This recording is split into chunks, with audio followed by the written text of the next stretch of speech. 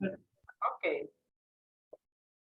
Pe- Yo pienso que es muy importante ponerlo fuera, pero también es la elaboración interna que cada uno puede hacer y el tiempo que se necesita para ponerlo afuera, ¿cuántas veces? Necesito ponerlo fuera para que interiormente quede integrado. Bueno, con suerte una. Con suerte una. Claro, porque te quiero decir, afuera y adentro no son opuestos, son complementarios. Es decir, la posibilidad de elaboración interna aumenta cuando tú tienes más nitidez y más elementos para entender lo que sucede, y eso normalmente se da más afuera que adentro. Adentro muchas veces hay fantasmas, hay miedos, hay elementos desconocidos que no sabemos lo que son. La ponencia la terminé con una cosa que no se puede, que no se pudo quizá poner, que no tengo ahora acá, pero era un dibujo de Luis Bourgeois. Ah, mira, acá está. No sé si lo van a ver. Lo voy a poner así delante de la cámara para ver si lo pueden ver. ¿Ven esto? Bájalo un poquito, porfa. Así es. Ahí, ¿se ve un No, poquito? más arriba, Graciela. Arriba, más arriba. Un poquito más arriba. Ahí está bien, ahí está bien. ¿Vale? Sí, ahí. Bueno, estos son unos dibujos de Luis Bourgeois, que es la capacidad que tiene la imagen para elaborar, para comprender lo que no se entiende, para todo eso. Y dice Luis Bourgeois: mi infancia nunca ha perdido su magia, nunca ha perdido su misterio y nunca ha perdido su drama. Todos mis trabajos en los últimos 50 años tienen origen en mi niñez. Como ese, el poner fuera, de algún modo, también hay toda la obra de Paula Rego, por ejemplo, que es una forma de comprender qué le estaba sucediendo, ¿no? Las situaciones de vida que no podía, o que le hacían daño, que le hacían doler, que no podía entender, y de alguna forma el ponerlo fuera con una cosa ya, digamos, no terapéutica, como es el arte en sí, pero que puede resultar y tener una cierta carga terapéutica, ayuda a ver, a entender, y que es el principio de la imagen, es poner fuera para entenderlo. Claro. Sí. Las veces. Ya te digo, con suerte una vez, pero un poco todo el proceso terapéutico se basa en ir poniendo afuera cosas internas para poder elaborarlas de otra manera, ¿no?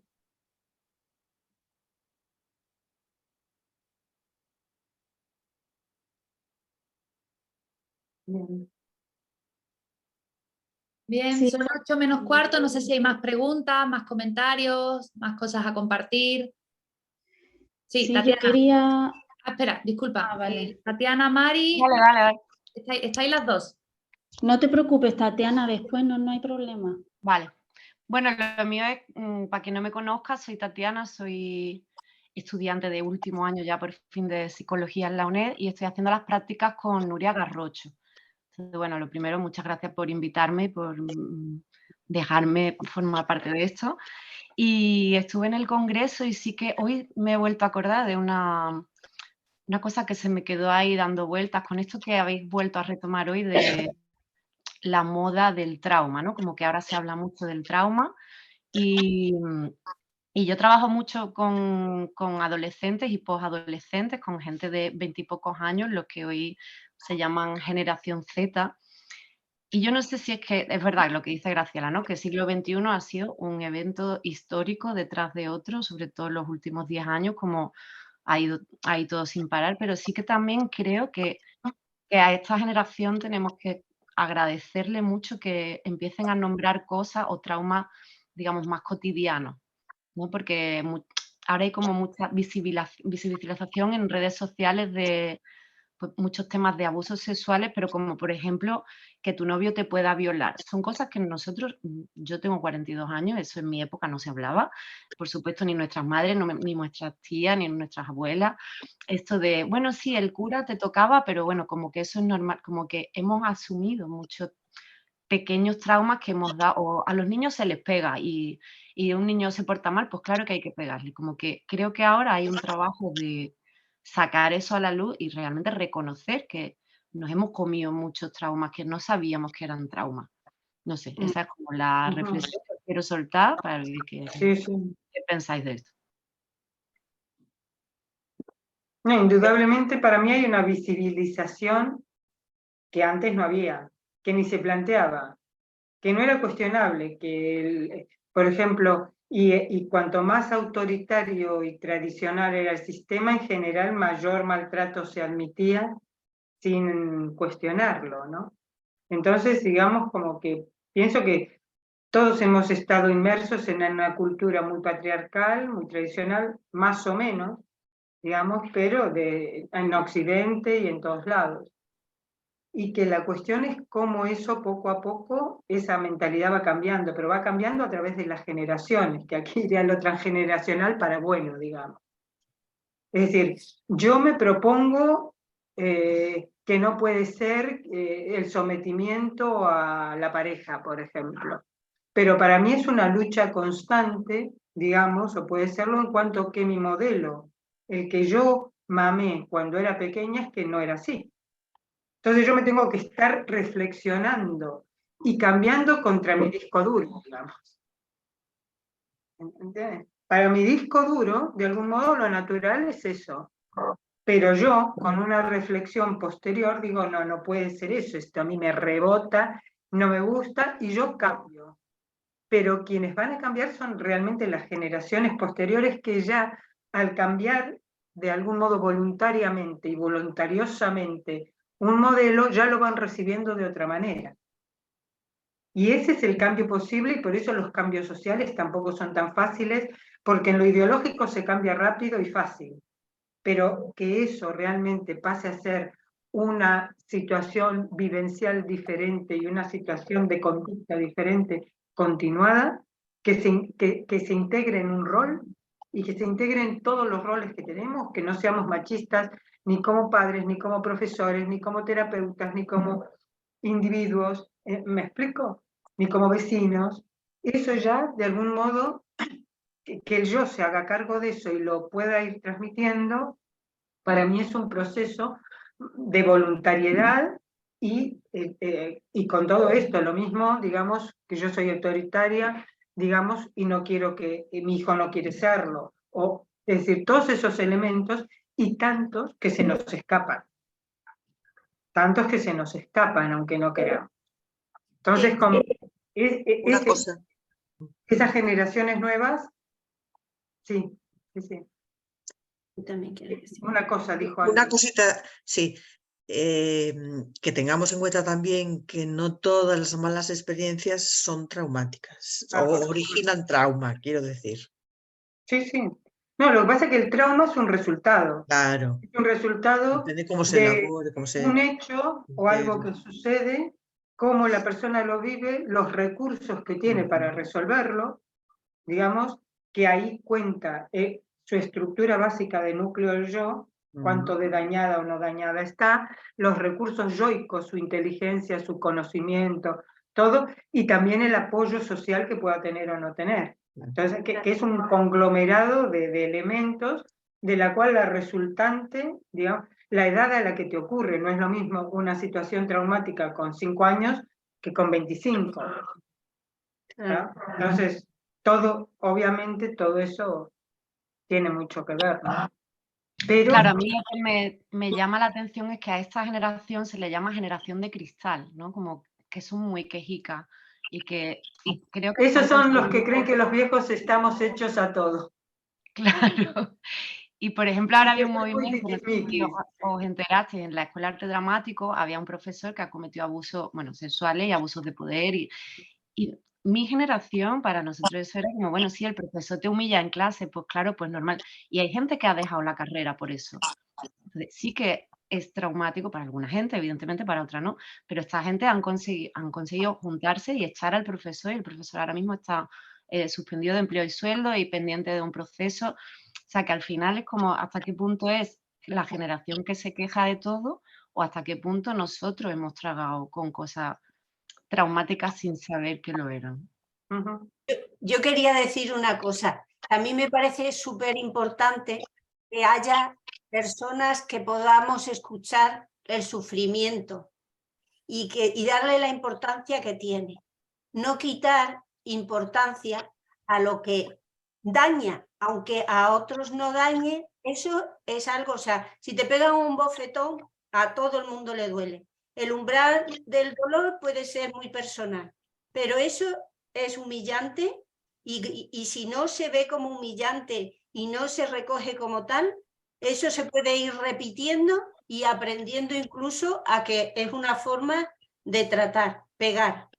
Y por eso me parece que es importantísimo que se pueda escuchar el sufrimiento individual y no se ningunee ni se le quite importancia. Y creo que esta generación tiene a personas que somos capaces de escuchar. Gracias a todos. Mari Carmen, ¿quieres comentar? Sí, Hay una pregunta en el chat también. Sí, ahora la ponemos también. Sí, Mari, dale. sí, en realidad es que ya se estaba hablando de cosas tan interesantes que se iba yendo y me quedaba, pero bueno, yo creo que está muy relacionado también con lo que decía Tatiana un poco y bueno, y junto con Graciela, como los factores sociales o el sistema, cómo influye también en cómo eso afecta generación tras generación, que también estaba como asociado al trabajo que hacía Manolo también en lo transgeneracional. Pero yo era rescatar un poco del encuentro que también se habló en esto de lo traumático, de las situaciones traumáticas, de cómo se viven, en cómo desde la teoría de Rojas Bermúdez también se habló de la memoria corporal, cómo no es lo mismo la persona, creo que de hecho el caso que expuso Ramiro era desde una observación, o sea, la persona que vivió con mucho sufrimiento y con imágenes muy traumáticas en las que se abordó terapéuticamente era a través de la observación de una situación traumática que tiene que ver con lo que se hablaban, que era una violencia obstétrica, creo, y que no es lo mismo cómo se trabaja desde la metodología de psicodrama con alguien que observa y que vive algo traumáticamente, pero desde la observación a quien lo vivencia en el propio cuerpo, ¿no? Como en mi caso trabajo con mujeres que han sufrido violencia de género más a nivel psicológica y sexual, con abusos físicos, que no es lo mismo ni se aborda de la misma manera, ¿no? En ese caso, y me gustó mucho que se hizo mucho hincapié también en el encuentro, que se vio un poco como esa diferencia, no es igual cómo se aborda desde el psicodrama de unos casos y otros, la importancia también en psicodrama con herramientas como la psicodanza o los caldeamientos corporales que permiten vivir desde la memoria corporal también situaciones traumáticas, ¿no? En ese sentido. Y era comentar eso y sumarme al agradecimiento de las cronistas y el cronista también, la coordinadora. Hay una pregunta en el chat que lanzo para todas las personas, ¿vale? Gabriela nos dice, quería preguntar cómo se trabaja con los traumas estos naturalizados, cuando si es así no despierta angustia, pero seguramente genera unos efectos. ¿Es el terapeuta el que puede puntualizar algo así, como para profundizar en ello? Ahí queda, pregunta interesante. Sí, la cosa es, digamos, que esté naturalizado, tampoco significa que no haya ninguna conciencia de que eso ocurre, pienso, normalmente, y que de algún modo, en mi experiencia, digamos, suele aparecer. Suele aparecer o bien explícitamente de entrada o bien secundariamente.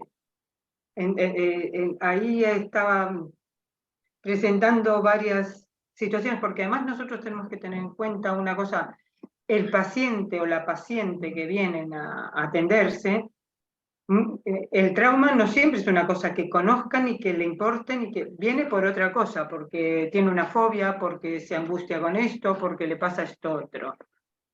Que eso tenga relación con algo traumático vivido es algo que surge en las sesiones y no necesariamente algo que se plantee de entrada. Entonces es como ir buscando cuál es ese hilo conductor.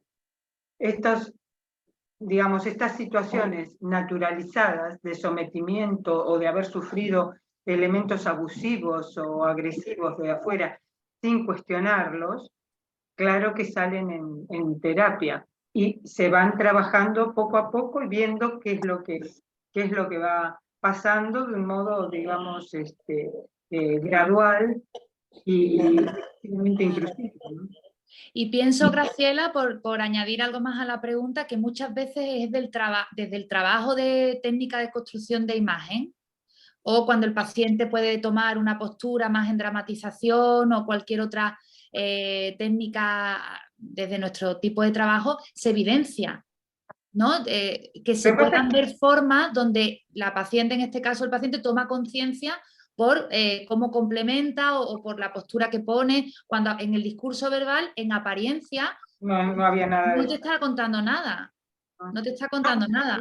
Y de forma muy secundaria. A veces, por ejemplo, al representar la vida, su vida, su historia vital, con telas, aparece un episodio que no estaba explícito, que no había contado antes y que aparece ahí porque está con una tela oscura o negra o algo, y ves, bueno, ¿qué pasó acá? Bueno, ¿esto qué significa? Y ahí aparece recién, digamos, explicitado un episodio que ha sucedido y que no había sido ni contado, ni relatado, ni aparentemente recordado hasta entonces.